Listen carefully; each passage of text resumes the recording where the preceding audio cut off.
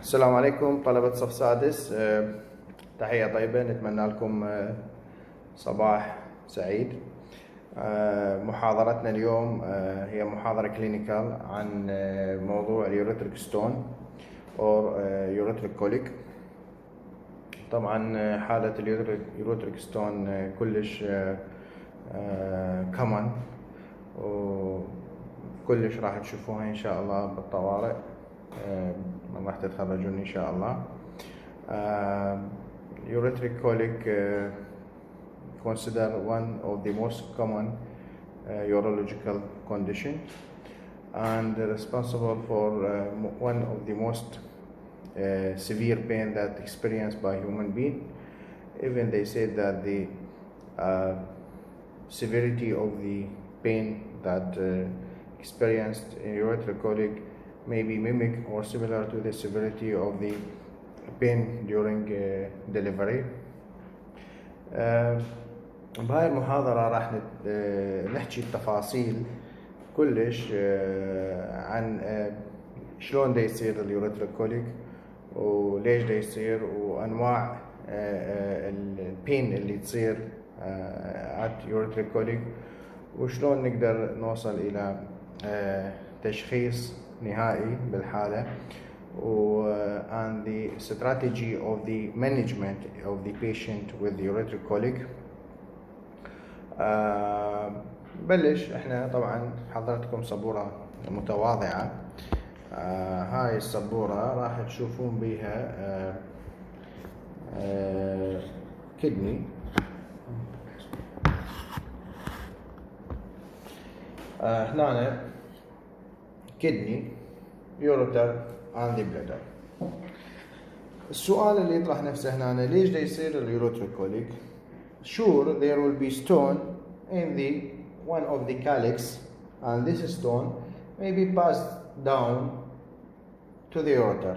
The stone may be in the mid calyx or in the upper calyx or even in the lower calyx. إمكانية إنه stone بالlower calyx إنه تنزل على اليوريتر هذه كلش ضعيفة. دائما الستون اللي ميد كاليكس والابر كاليكس هي اللي تتحرك وتنزل على اليوريتر، لان الستون اللي باللور كاليكس it's difficult to overcome the gravity and pass upward and then pass downward to the ureter.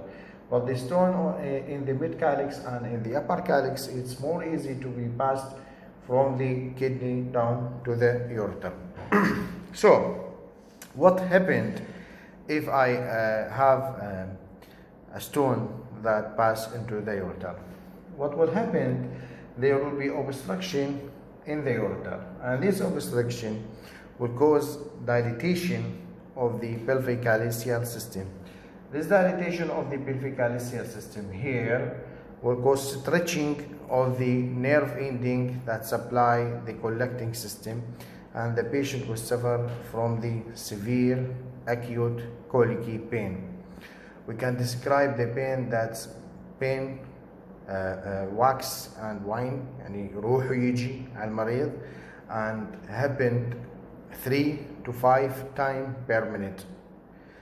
Why 3 to 5 times per minute? Because the contraction on the ureter, which is done by pacemaker that presented in the renal pelvis here, similar to the pacemaker of the kidney, will contract itself, and the pulse of the contractile wave will pass from the renal pelvis down into the lower ureter.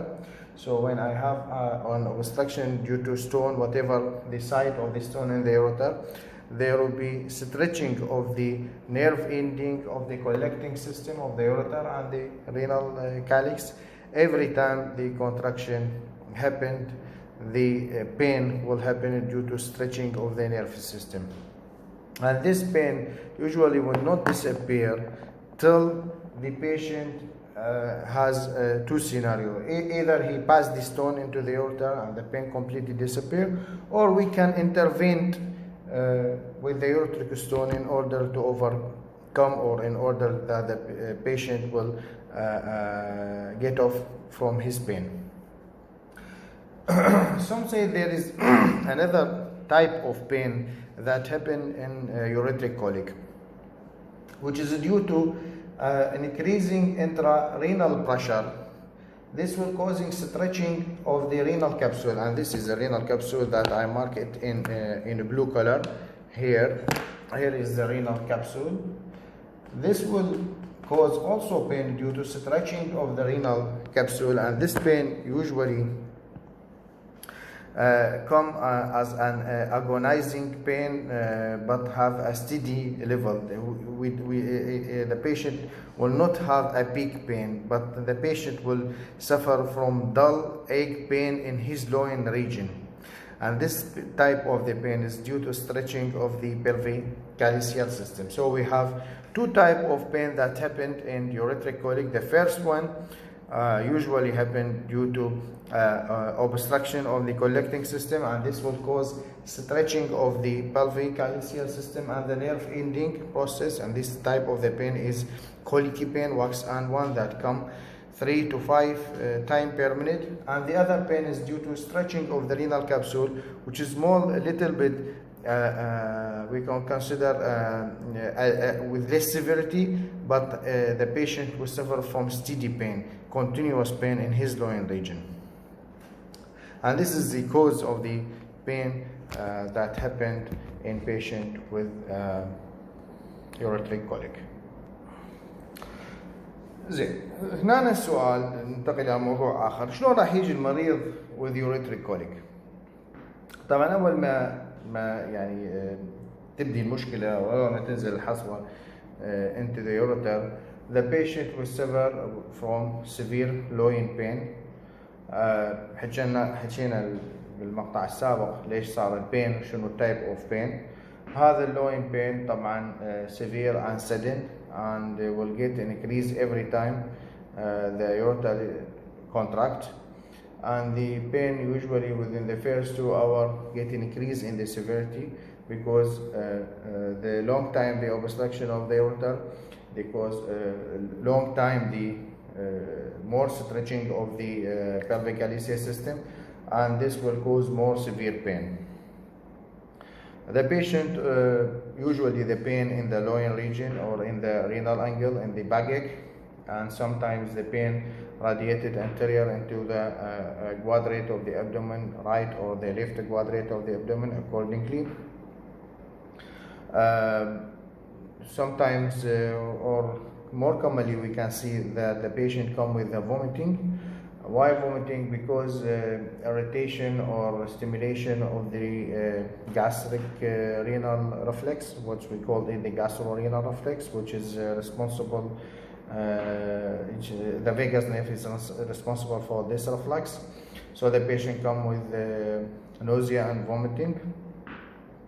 And sometimes the patient also maybe suffer from a sign of irritable bowel syndrome, or even come with diarrhea.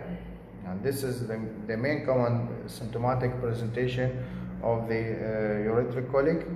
And since the ureter may be injured by passing stone, the patient also suffer from evidence of hematuria.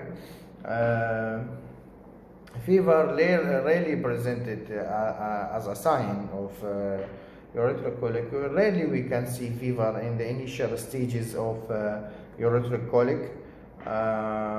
When we do examination for the patient, we can see that the patient have a severe tenderness in the left loin region or in the anterior quadrate of the abdomen.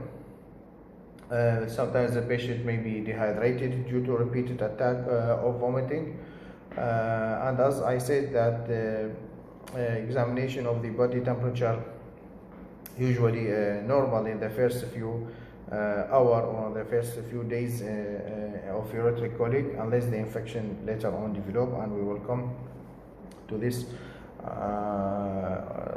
subject later.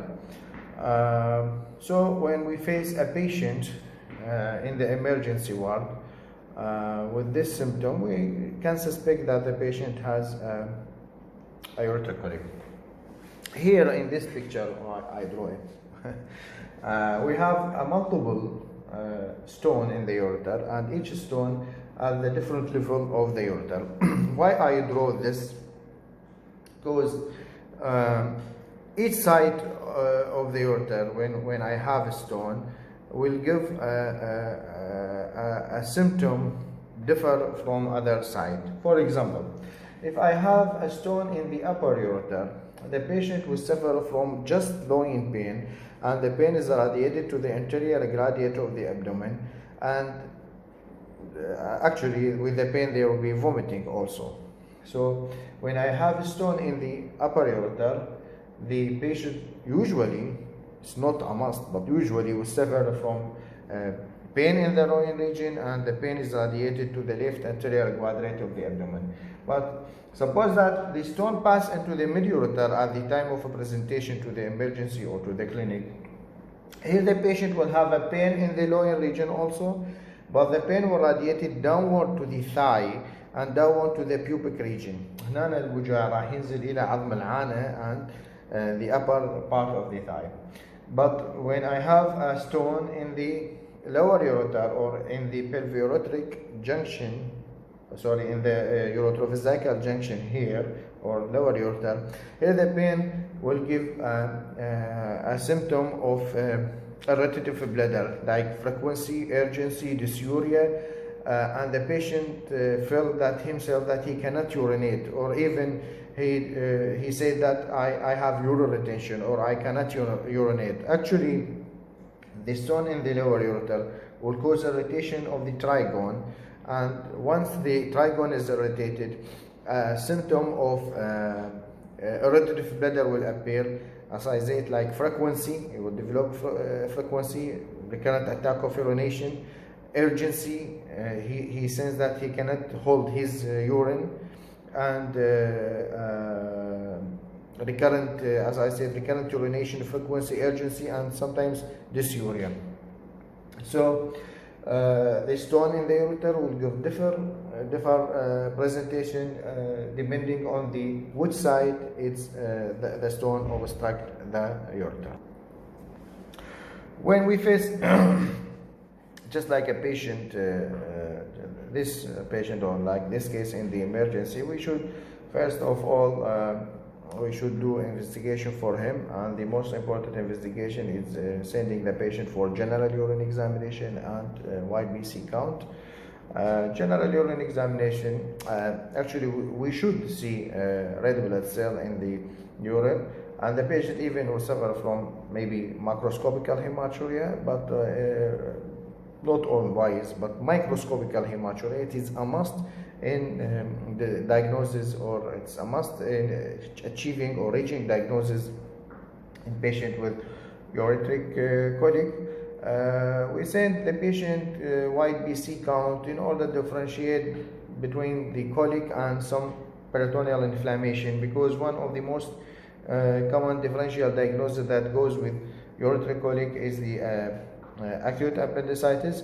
So in order to know the count of the white BC before proceeding into treatment,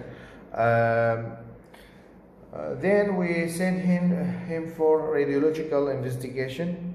We start with the ultrasound. The ultrasound considered one of the most effective way for diagnosis of ureteric colic, and we will see absolutely we will see hydronephrotic kidney and hydro-obstructed ureter, maybe dilated ureter, or even we can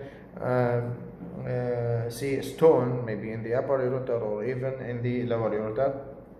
The ultrasound has the ability for diagnosis of ureteric colic with high sensitivity, and even can visualize stone in the first 10 cm of the ureter and visualize stone in the last 10 cm of the ureter. But the mid part of the ureter usually is difficult to differentiate stone, because the bowel and the colon cover the ureter and may cause difficulty in identification of the stone.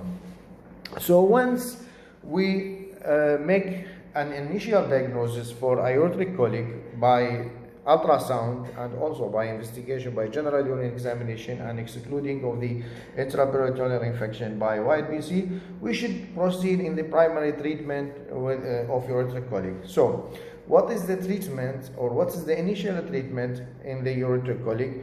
and you as a junior doctor, you will take the responsibility for this condition at the emergency unit. We should proceed with the painkiller, and the most effective painkiller in management of acute ureterocolic, it is the non-steroidal anti-inflammatory agent, and more specifically or more precisely the diclofenac, Voltaren injection, 75 milligram should be given directly for the patient once we diagnose him with ureteric colic intramuscularly, and sometimes we can give him some antispasmodic agent like Buscopan. Even we can give him for the patient intramuscularly. Some authors advise to use intravenous fluid in the management of acute ureteric colic, and some others against this strategy. For me, I'm against for giving patient fluid, intravenous fluid at the initial stage with ureteric colic. And why?